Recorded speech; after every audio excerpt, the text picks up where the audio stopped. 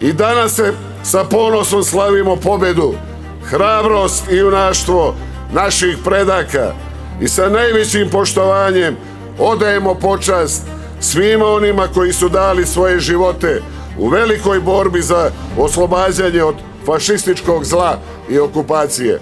Jedan od najznačajnijih datuma ne samo u 20. veku, nego rekao bih u celokupnoj istoriji čovečanstva je 9. maj 1945. godine.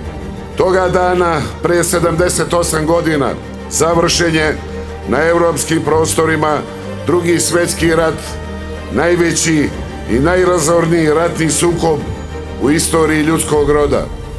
Ideali onih koji su u Drugom svjetskom ratu pobedili nacizam i fašizam bili su sloboda, ravnopravnost svih naroda i njihovo pravo da budu svoji na svome.